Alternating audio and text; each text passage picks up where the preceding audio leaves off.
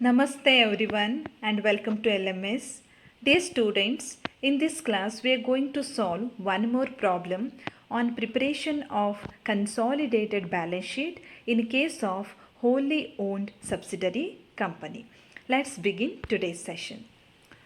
Here in this problem, H Limited acquired the shares in S Limited on 31st December 2020. ಅಂದರೆ holding company H limited ಆಗುತ್ತೆ, subsidiary company S limited ಆಗುತ್ತೆ.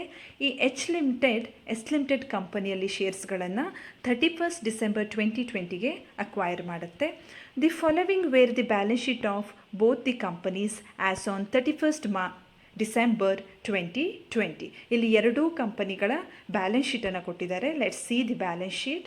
First part, equity and liabilities. In that shareholders funds. In that share capital. Let's go to note number 1. Share capital. Issued, subscribed and paid up capital. Equity shares of ₹1 each fully paid. H Limited share capital 72,000. S Limited share capital 36,000. Note number 2, reserves and surplus. In that general reserve, H Limited 18,000, S Limited 6,000. Next one, profit and loss account surplus. H Limited 12,000, S Limited 12,000. Reserves and surplus total 30,000 and 18,000. Next, non-current liabilities nil. Current liabilities, in that H Limited 63,000, S Limited 18,000. Total equity and liabilities 1,65,000 and 72,000. Part 2, assets. In that non-current assets, in that fixed assets, in that tangible assets, in that sundry assets. H Limited sundry assets 1,20,000, S Limited sundry assets 72,000. Next, non-current investment. Let's go to note number 3. Non-current investment. In that 36,000 shares in S Limited, rupees 45,000. Total non-current investment 45,000. It means H limited S limited ಕಂಪನಿಯಲ್ಲಿ 36,000 ಶೇರ್ಸನ್ನು acquire ಮಾಡಿದೆ ಅಂತ ಅರ್ಥ. ಹಾಗಿದ್ರೆ ಇದು ಹೋಲಿ own ಸಬ್ಸಿಡರಿಯೋ ಅಥವಾ partially own ಸಬ್ಸಿಡರಿಯೋ ಅಂತ ನಾವು ಹೇಗೆ ಅದನ್ನು ಫೈಂಡ್ ಔಟ್ ಮಾಡೋದು? First we have to see total number of equity shares in subsidiary company. You see S limited total share capital ಎಷ್ಟಿದೆ? 36,000 ಇದೆ. ಇಲ್ಲಿ ಪರ್ ಶೇರ್ ಫೇಸ್ ವ್ಯಾಲ್ಯೂ ಎಷ್ಟಿದೆ? ₹1 ಇದೆ. ಸೊ ಈ ಕಂಪನಿ ಹೊಂದಿದಂಥ ಟೋಟಲ್ ನಂಬರ್ ಆಫ್ ಶೇರ್ಸ್ ಎಷ್ಟಾಗುತ್ತೆ? 36,000 ಆಗುತ್ತೆ. ಈ 36,000 ಶೇರ್ಸಲ್ಲಿ ಹೋಲ್ಡಿಂಗ್ ಕಂಪನಿ ಎಷ್ಟು ಶೇರ್ಸನ್ನು ಅಕ್ವೈರ್ ಮಾಡಿದೆ? You see here whole shares, ಎಲ್ಲ ಶೇರ್ಸ್ಗಳನ್ನು ಕೂಡ ಎಚ್ ಲಿಮಿಟೆಡ್ ಅಕ್ವೈರ್ ಮಾಡಿದೆ. ಸೊ ಎಸ್ ಲಿಮಿಟೆಡ್ ಅನ್ನೋದು ಎಚ್ ಲಿಮಿಟೆಡ್ ಕಂಪನಿಯ ಹೋಲಿ ಓನ್ ಸಬ್ಸಿಡರಿ ಅಂತ ನಾವು ಇಲ್ಲಿ ತಿಳಿದುಕೊಳ್ಬೇಕು. Next you see current assets nil. Total assets of holding company 1,65,000 and total assets of subsidiary company 72,000. Okay. Here we have to prepare the consolidated balance sheet. Artha aitalva problem? Let's move ahead. Let's start solution. First, we have to prepare some working notes. In that, first working note is for calculation of pre-acquisition and post-acquisition period. Here, beginning date of accounting period is 1/1/2020. ಯಾಕೆಂದರೆ ನೋಡಿ, closing date December 31st ಇದೆ. ಹಾಗಾಗಿ opening date ಏನಾಗಿರುತ್ತೆ? Beginning date 1/1/2020 ಆಗುತ್ತೆ. Next, date of acquisition. ಹಿಂದಿನ problem ತರಹನೇ ಇಲ್ಲಿಯೂ ಕೂಡ ಅವರು ಕ್ಲೋಸಿಂಗ್ ಡೇ ದಿನ ಶೇರ್ಸ್ಗಳನ್ನು ಅಕ್ವೈರ್ ಮಾಡಿದ್ದಾರೆ. That is 31st December 2020. Date of consolidation also 31st December 2020. ಇಲ್ಲಿಯೂ ಸಹ ಹಿಂದೆ ನಾವು ಮಾಡಿದ ಪ್ರಾಬ್ಲಮಿನ ತರಹನೇ ಪೋಸ್ಟ್ ಅಕ್ವಿಸಿಷನ್ ಪೀರಿಯಡ್ ನಿಲ್ ಆಗುತ್ತೆ. ಹೋಲ್ ಪೀರಿಯಡ್ 12 months ಕೂಡ ಏನಾಗುತ್ತೆ? ಪ್ರೀ ಅಕ್ವಿಸಿಷನ್ ಪೀರಿಯಡ್ ಆಗುತ್ತೆ. ಯಾಕೆಂದರೆ ಅವರು ಕ್ಲೋಸಿಂಗ್ ಡೇ ದಿನ ಶೇರ್ಸನ್ನು ಅಕ್ವೈರ್ ಮಾಡಿದ್ದಾರೆ. ಸೊ ಇಲ್ಲಿ ಪ್ರೀ ಅಕ್ವಿಸಿಷನ್ ಪೀರಿಯಡ್ 12 months ಆಗುತ್ತೆ. ಹಾಗೆ ಪೋಸ್ಟ್ ಅಕ್ವಿಸಿಷನ್ ಪೀರಿಯಡ್ ಏನಾಗುತ್ತೆ? ನಿಲ್ ಆಗುತ್ತೆ. Okay, let's move ahead.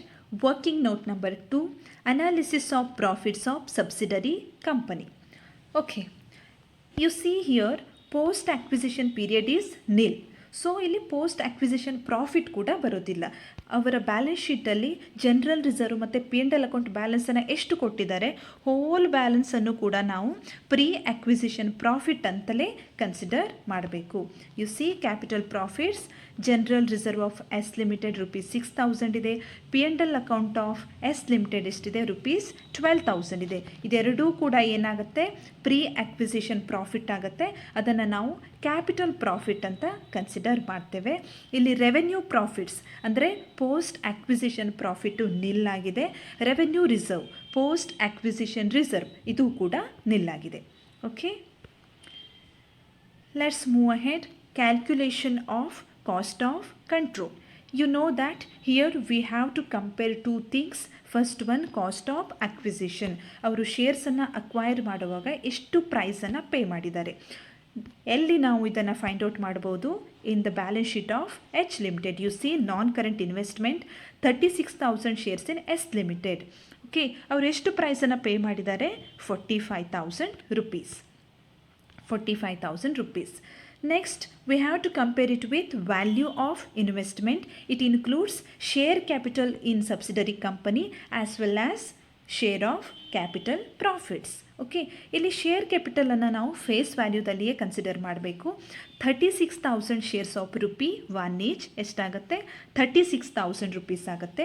Share of capital profits, ಇಲ್ಲಿ ಇರುವಂತಹ ಎರಡು ಅಂದರೆ ಜನರಲ್ ರಿಸರ್ವ್ ಮತ್ತು ಪಿ ಎನ್ ಎಲ್ ಅಕೌಂಟ್ ಬ್ಯಾಲೆನ್ಸನ್ನು ನಾವು ಪ್ರೀ ಆಕ್ವಿಸಿಷನ್ ಪ್ರಾಫಿಟ್ ಅಂತ ಕನ್ಸಿಡರ್ ಮಾಡಿದ್ವಿ. ಸೊ ಅದೆರಡೂ ಕೂಡ ಕ್ಯಾಪಿಟಲ್ ಪ್ರಾಫಿಟ್ ಆಗುತ್ತೆ.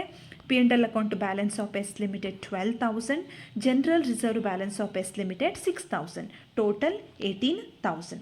So total value of investment ಎಷ್ಟಾಗುತ್ತೆ, 54,000 ಆಗುತ್ತೆ. You compare both.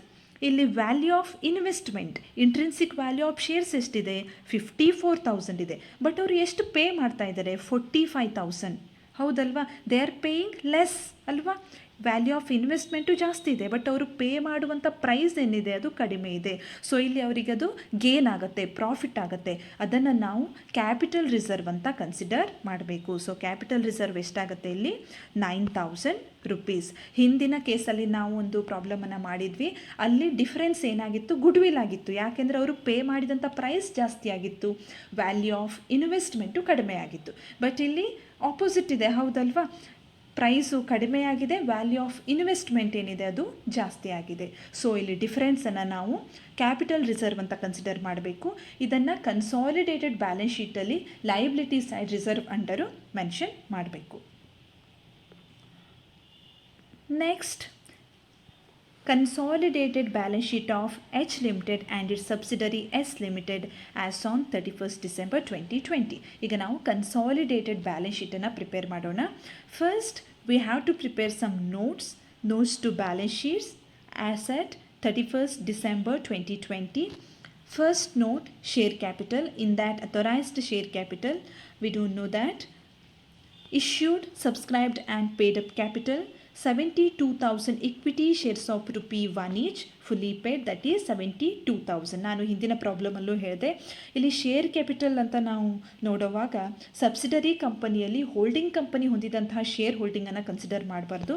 Only holding ಕಂಪನಿಯ ಶೇರ್ ಕ್ಯಾಪಿಟಲ್ ಎಷ್ಟಿದೆ ಅದನ್ನು ಮಾತ್ರ ಕನ್ಸಿಡರ್ ಮಾಡಬೇಕು, ದಟ್ ಈಸ್ 72,000. ಹಾಗೆ ಇನ್ನೊಂದು ಅಡ್ಜಸ್ಟ್ಮೆಂಟ್, ಇಲ್ಲಿ ನಾನ್ ಕರೆಂಟ್ ಇನ್ವೆಸ್ಟ್ಮೆಂಟ್ ಅಂತ ಇರುತ್ತಲ್ವ, ಇದನ್ನು ಕೂಡ ನಾವು ಕನ್ಸಾಲಿಡೇಟೆಡ್ ಬ್ಯಾಲೆನ್ಸ್ ಶೀಟಲ್ಲಿ ಕನ್ಸಿಡರ್ ಮಾಡಬಾರ್ದು. Next, note number 2, reserves and surplus. Here we have to show this capital reserve. ಇಲ್ಲಿ ಕಾಸ್ಟ್ ಆಫ್ ಕಂಟ್ರೋಲಲ್ಲಿ ಏನು ಬ್ಯಾಲೆನ್ಸಿಂಗ್ ಫಿಗರ್ ಬಂದಿತ್ತಲ್ಲ, ಡಿಫರೆನ್ಸ್ 9,000, ಅದನ್ನು ನಾವು ಇಲ್ಲಿ reserves and surplus under show ಮಾಡಬೇಕು, that is 9,000. And general reserve of H limited 18,000, P N L account of H limited 12,000.